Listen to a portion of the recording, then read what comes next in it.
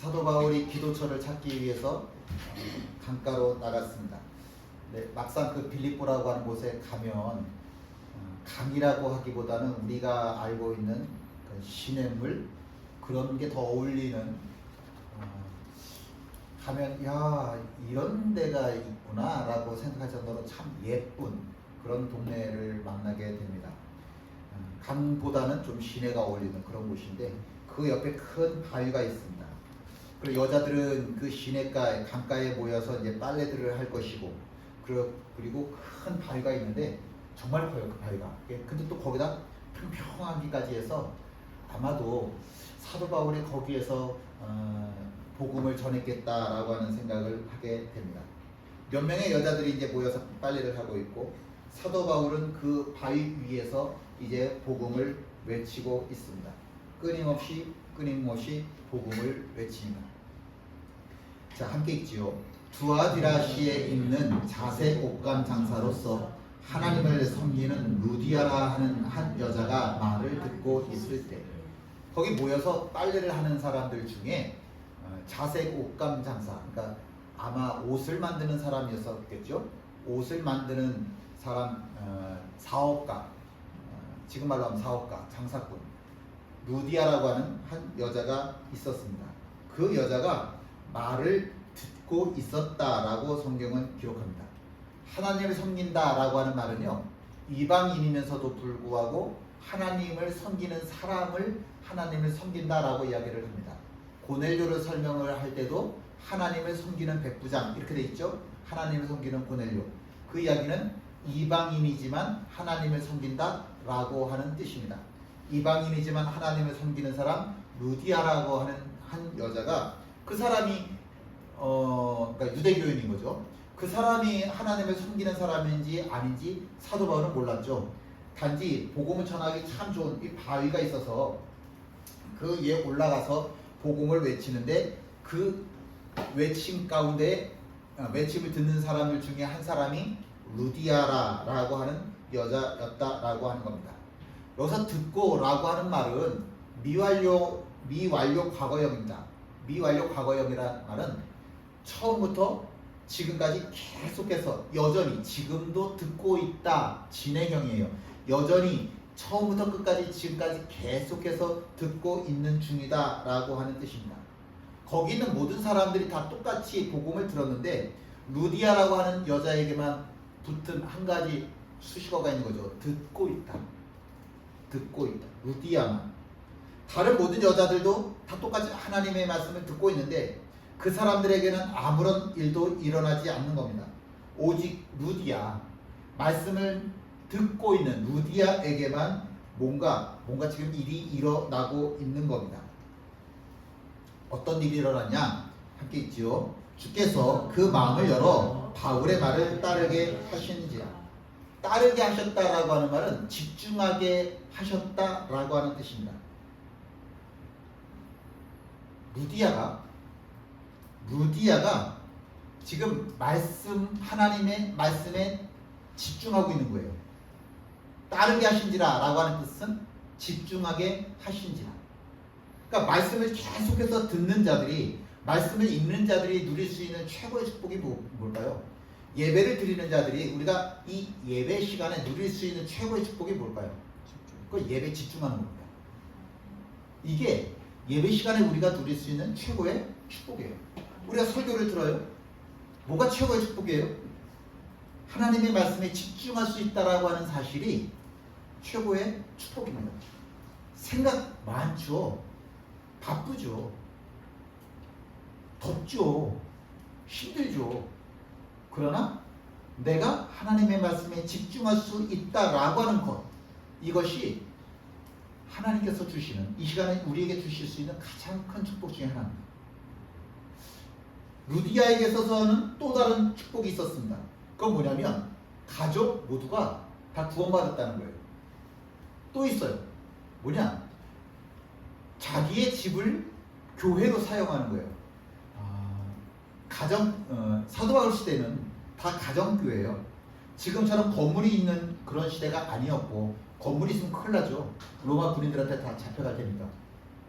그렇게 하면 안 되고, 예수 믿는 자들이 자기의 집을 교회로 내놓는 겁니다. 그렇게 통으로 되어 있거든요. 그러니까 우리가 원룸 이렇게 생각하는 것처럼 그게 통으로 되어 있으면 자기 집을 예배 처소로 내놓게 되고요. 그러면 예수쟁이들이 모여들어서 그 통으로 되어 있는 집에서 예배를 드리는 겁니다. 루디아가 돈이 있잖아요. 사업을 하는 사람이니까 제법 돈이 좀 있는 것 같고, 그럼 아마 집도 좀 다른 집보다 크지 않았을까요? 내가 할 수 있는 제일 귀한 일이 뭘까라고 생각을 했고 자기 집을 교회로, 가정교회로 내놓았습니다. 그랬더니 그의 집이 빌립보라고 하는 교회가, 빌립보 교회가 세워지는, 유럽의 최초로 교회가 세워지는 기적이 일어나게 된 겁니다. 우리가 생각하는 복하고는 많이 다르죠? 우리가 생각하는 그런 복과는 정말 다릅니다. 예수님과 함께 많은 사람들이 이렇게 길을 걸어가고 있어요. 근데 18년 동안 혈루증, 하얗다는 병이죠. 혈루증을 걸린 여인이 내가 예수님의 옷자락만 만져도 고침을 받겠다라고 하는 생각이 드는 거예요. 그래서 사람들 사이를 비집고 들어가요. 근데 이게 이 여자에게는 정말 생명을 내거는 도박이에요. 왜냐하면 여자가 하혈을 하면 부정하다 그래서 사람들이 오지 못하게 해요. 이건 율법에서 금하는 거예요. 하혈하는 여자가 어디를 몸 밖으로 피는 생명이라고 생각을 하고 있던 시대니까 하혈하는 여자가 어디를, 이거 걸리면 아마 몰매 맞아 죽을 수도 있을 거예요. 잘못하면. 그런데 그런 여자가 사람들 사이를 비집고 들어오면서 예수님의 옷자락을 만져야 되게 되는 거예요. 예수님의 얼굴을 보는 것도 아니고 예수님의 기도를 듣겠다는 것도 아니고 예수님께서 특별한 능력을 베푸시는 것도 아니고 단지 나는 예수님의 옷자락만 만져도 내 18년 동안 하혈하고 있는 이 모든 피의 근원이 마를 것이다 라고 믿어지더라는 거죠. 그래서 사람들 사이를 비집고 들어오는 거죠. 근데요, 예수님께서 이렇게 걸어가실 때에 예수님 옆에 얼마나 많은 사람들이 있어요.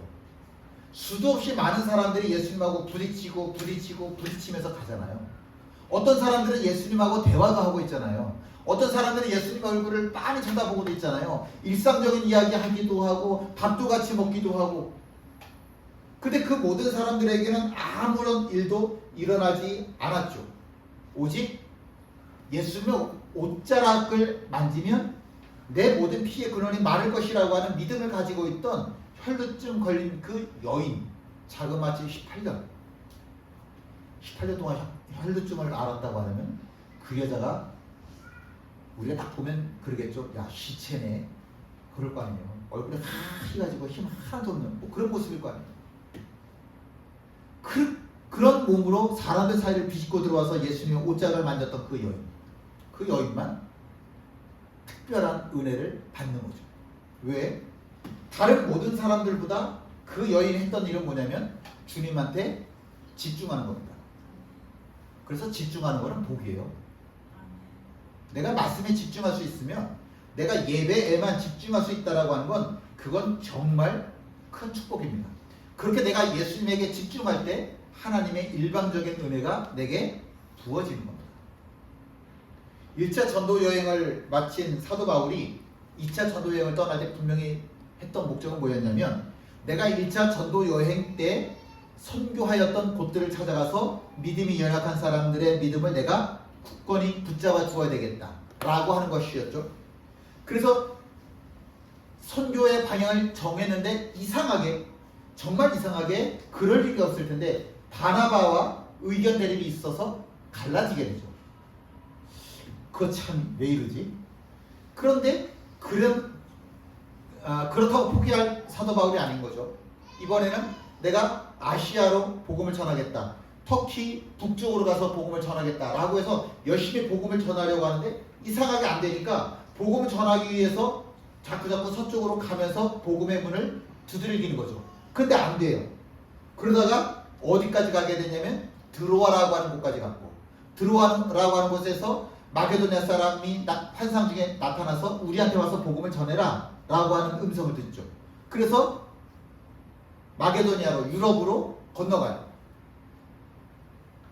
네아폴리로 갔고 네아폴리에서 지금 우리가 본문 읽고 있는 빌립보라고 하는 곳까지 가는 겁니다.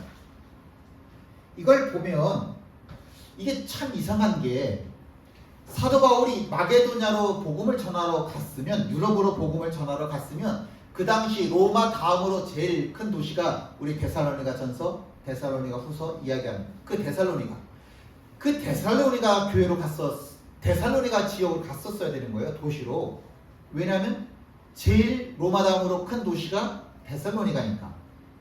그럼 당연히 데살로니가로 갔어야 되는데 거기를 안 가요.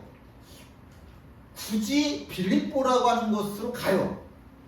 왜 굳이 빌립보로 갈까? 내 의지하고는 정말 상관이 없는 거예요. 내 의지하고는. 거기에 가서 기도처를 찾았고 그곳에서 루디아를 만나게 되는 겁니다. 지금 한 2년 동안의 이야기를 1, 2분 사이에 이렇게 쭉 얘기를 했는데 사도 바울이 그 2년이라고 하는 시간 동안 이루어낸 것은 아무것도 없었어요. 2년, 3년. 한 3년 되겠네. 한 3년 동안의 시간 동안 사도 바울이 이루어낸 건 아무것도 없었어요. 똑똑하고. 이 업무를 딱 시작을 하면 추진력 있는 그 사도 바울이 이루어낸 게 아무것도 없었다고. 너무 허무하잖아요. 그렇게 똑똑한 사도 바울이 2년 동안, 3년 동안, 그리고 자그마치 2000km가 넘는 거리를 이동을 했는데 아무것도 이루어낸 게 없다. 너무 허무하잖아요. 그런데 아무것도 이룬 것이 없다라고 생각을 했는데 보니까 루디아라고 하는 사람을 만나게 하시려고 하나님의 섭리가 있었네.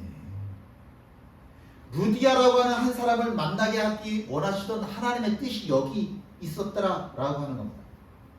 이거는 정말 하나님의 섭리 아니에요. 2년, 3년이라고 하는 그 시간 동안 사도 바울이 그렇게 애쓰는 모든 것들을 막으시면서 하나님이 2000km가 넘는 이 멀고도 먼 거리를 이리 와. 그리고 사도 바울을 지금 이끌고 계셔서 지금 여기 너 서 있어야 돼. 지금 너가 여기 이 자리에 이 시간 있어야 되는 거야. 그리고 딱 데려다 놓으신 겁니다. 그래서 사도 바울이 루디아에게 물론 거기 있는 모든 사람들에게 복음을 베풀었지만 루디아가 복음을 받아들이고 구원받고 그의 가정도 구원을 받게 되는 거죠. 보면 이 루디아를 만나기를 원하셨던 것은 사도 바울의 뜻도 아니고 루디아의 뜻도 아니에요. 이 모든 일들을 이룬 건 하나님의 열심입니다. 그 한 사람을 꼭 만나게 하시고 싶어 하시는 하나님의 열심이 이 모든 일들을 이루어 낸 겁니다. 이런 걸 가르쳐서 우리가 하나님의 열심이다, 하나님의 섭리다 라고 이야기를 하죠. 정말 하나님이 구원하고 싶었던 한 사람, 그 사람이 바로 루디아였다라고 하는 거예요. 빌립보라고 하는 도시에 딱 도착했으니까 야 오늘 우리 멋진 도시에 왔다. 한번 관광 한번 해보자. 그리고 빌립보에서 관광할 수도 있었을 것이고 아니면 또 야 나 요즘 너무 힘들어. 여기까지 오느라 너무 힘들었으니까 좀 쉴래. 뭐 그랬을 수도 있었을 거 아니에요. 근데 그 모든 것들보다 사도 바울이 내가 기도처를 찾겠다라고 작정을 하고 나서지 않았다고 한다면 절대로 사도 바울은 루디아를 못 만났을 거예요. 하나님의 열심이라고 하는 거죠. 그 사도 바울의 3년이라고 하는 아무것도 이루지 못한 삶, 2000km가 넘는 그 멀고도 먼 길을 여행할 수밖에 없도록 하셨던 그 하나님의 뜻. 그래서 루디아를 하나님의 열심히 구원하셨다라고 하는 겁니다.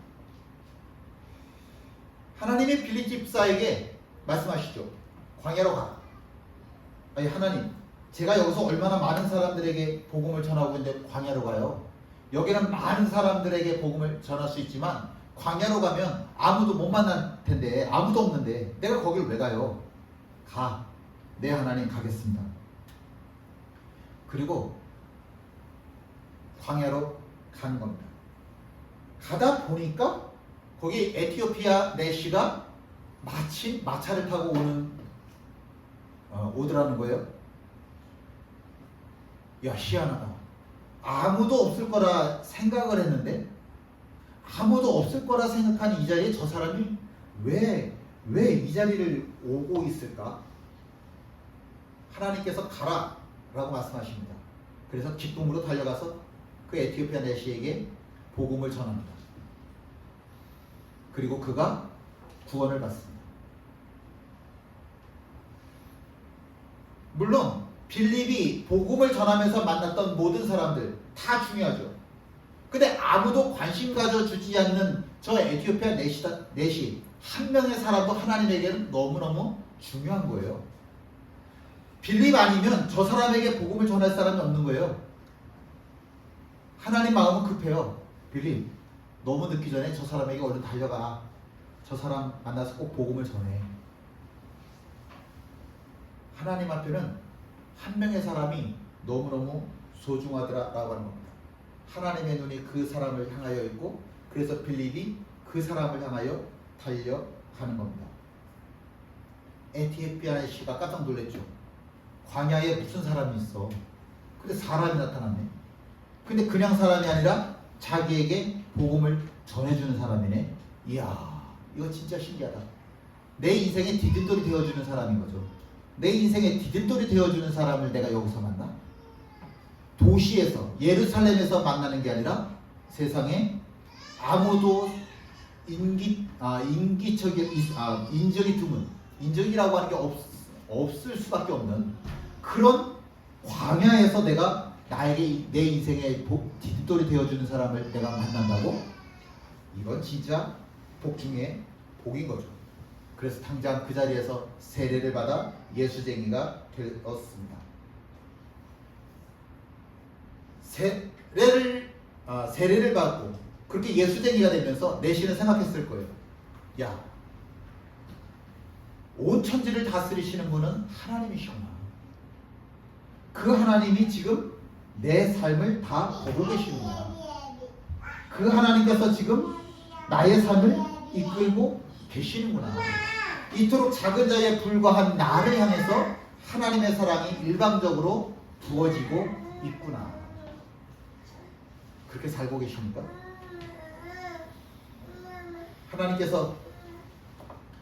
하나님께서 소돔과 고모라 성을 멸하시겠다라고 작정하셨을 때, 근데 잠깐, 그래도 지금은 아니야 라고 말씀을 하시죠.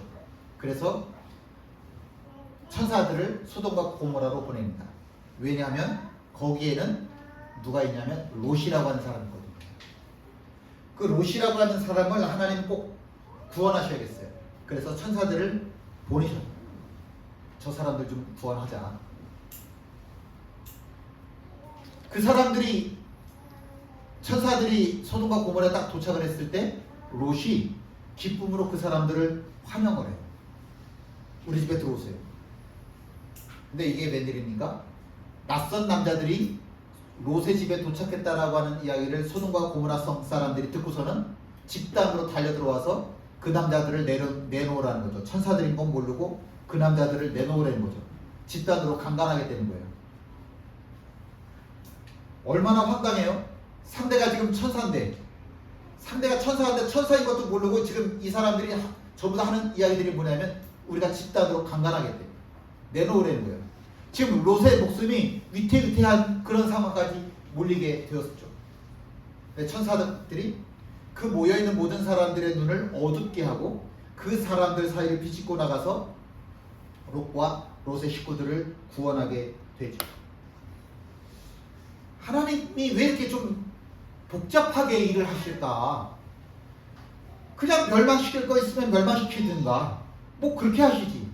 뭐 그렇게 어렵게까지 천사들을 그렇게 수모를 겪게 하시면서까지 그 롯을 꼭 살리고 싶어 하실까? 맞아요. 하나님에게는 도저히 포기할 수 없는 사람이 있는 거예요. 예수쟁이 이름을 가진 사람들, 십자가를 가슴에 새긴 사람들, 하나님 앞에서는 이 사람들이 도저히 포기할래야 포기할 수가 없는 사람들인 거죠. 어떻게 해서든지 구원하셔야만 하는 거죠. 더한 난리를 겪는다 하더라도 하나님은 절대로 롯 포기 안 하시죠. 어떻게든 구원하시죠. 이병석이라고 하는 집사가 있습니다. 아시아나 항공기 운행하는 사람인데 그날도 변함없이 이제 일본 간사이 공항까지 비행기 운행을 하기 위해서 인천공항을 가는 겁니다. 근데 바람이 너무 불어서 야 이거 비행기가 뜰 수 있을까?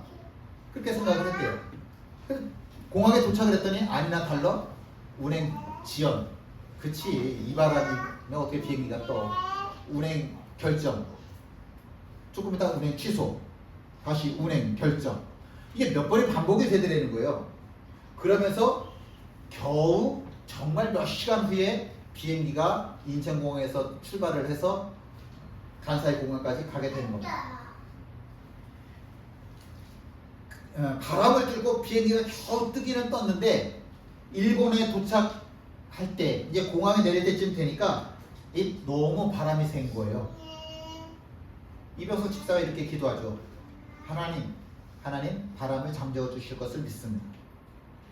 근데 바람이 잠재워지지 않네. 여전히 바람이 너무 센 거예요. 기도 제목이 바뀌어야죠. 하나님 저의 부족함을 아시니 30년 경력인데 저 이런 사람이 이렇게 기도하는 거예요. 저의 부족함을 아시오니 저를 도와주세요. 자기도 이런 바람 처음 겪어봤다는 거죠. 간사이 공항에 내리려고 하면 밑에 이제 바다가 일본 바다가 보이잖아요. 보니까 배가 다니는 배가 한 척도 없는 거예요. 바람이 얼마나 부는지. 아 진짜 바람이 세구나. 그래서 조종관을 딱 붙잡았는데 자기 온몸에 경련이 일어나더래요. 이 비행기가 하도 많이 떨리니까 이 조종관을 잡고 있으면서 온몸에 힘이 들어가서. 근데 그렇게 간절하게 기도할 수밖에 없는 게 자기 그 뒤에 지금 400명의 승객들이 타고 있는데 내가 실수하면 400명이 죽는 거잖아요. 기도할 수밖에 없더라는 거예요. 기도할 수밖에. 지난주에 이제 규원이가 장염이 걸렸어요. 그리고 또 어디 갔다가 또 많이 토하기도 하고 그래서 수액도 맞고 그래서 유진이한테 이제 박윤희 성도한테 이제 문자로 좀 보냈어요. 맨날 애비 노릇만 하다가 좀 목사처럼 티 좀 내고 싶어가지고 좀 문자를 보냈어요. 애기 엄마들이 애기 키우면서 진짜 많이 간절하게 기도할 수밖에 없더라. 그런데 이렇게 간절하게 기도하던 그 모든 순간들이 다 디딤돌이 되어져서 너의 신앙이 한 단계 올라갈 거야. 그리고 문자를 보내줬어요. 이 400명의 승객들이 지금 내 뒤에 있는데 이병석 집사만 하면 얼마나 간절해질까. 근데 이럴 때 여러분 성경을 읽어야 되는 이유가 뭐냐면 이럴 때 성경 말씀이 생각이 나면 그 말씀 붙잡을 수 있어요. 그리고 그 말씀 붙잡으면 내가 힘을 얻고 구원을 받습니다. 함께 읽죠. 내가 네게 명령한 것이 아니냐. 강하고 담대하라. 두려워하지 말며 놀라지 말라. 네가 어디로 가든지 네 하나님 여호와가 너와 함께 하느니라. 이 말씀이 생각이 나더래요. 아 하나님이 날 도와주시겠네. 하나님이 날 도와주시겠네. 환출에 도착을 하려고 이제 비행기가 내려오는데 바람 때문에 자꾸 이게 그 비행기가 이렇게 나는 똑바로 가고 싶은데 자꾸 옆으로 이렇게 밀려나더래요. 그래서 한 10번 이상을 조종관을 옆으로 이러면서 겨우겨우 이제 내려오게 되는 겁니다. 이때가 자기 인생에 있어서 제일 간절한 기도를 했다고 하더라고요. 자기 인생에 있어서 제일 간절한 기도. 그렇게 기도하면서 이병석 집사가 간증을 하는 건 뭐냐면 무슨 이런 기도가 나온다는 거예요. 온 천지를 창조하신 하나님, 온 만물을 창조하신 하나님, 그 하나님께서 지금 나를 다스리시냐. 온 천지를 창조하신 하나님, 온 만물을 창조하신 하나님이 지금 나를 다스리신다. 그리고 겨우겨우 비행기가 공항에 도착을 했습니다.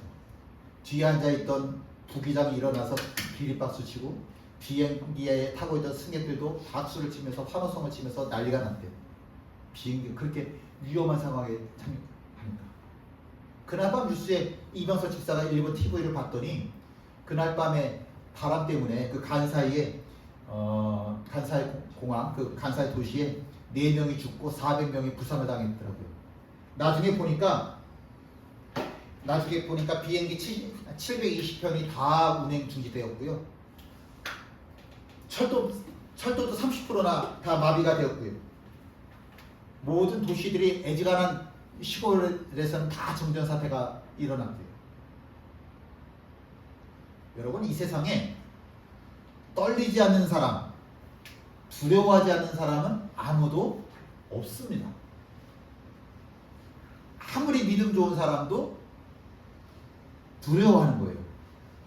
불의 선지자 엘리야도 두려워요. 자기 목숨을 내놓아야 되는 상황인데 목숨 내놓는데 안 두려운 사람이 어디 있어요? 당연히 두렵지. 그런데 그 순간에 고백하는 건 뭐냐면 하늘과 땅과 바다를 창조하신 하나님께서 나를 다스리신다라고 하는 믿음이에요. 이 믿음이 고백되어지는 거예요. 우리가 두려운 순간을 맞이할 때, 우리가 정말 죽을 수밖에 없는 상황을 맞이할 때, 다 포기하고 내놓고 싶은 상황을 맞이할 때, 이것들이 의미가 있는 건 뭐냐면 내가 지금 이 상황에서 이 자리에서 만난 하나님이 디딤돌이 되어져서 내가 하나님 앞에 한 발짝 더 다가갈 수 있기 때문에 이 순간이 소중한 겁니다. 하나님이 나 안 무너뜨리셔요. 하나님이 나 안 무너뜨리신다고. 하나님이 나 안 넘어뜨리신다고. 하나님이 날 붙잡아 주신다고. 하나님이 날 세워주신다고.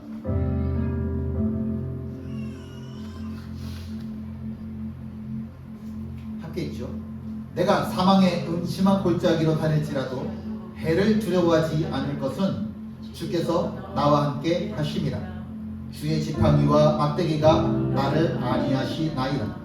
주께서 내 원수의 목전에서 내게 상을 차려주시고 기름을 내 머리에 부으셨으니 내 잔이 넘치나이다.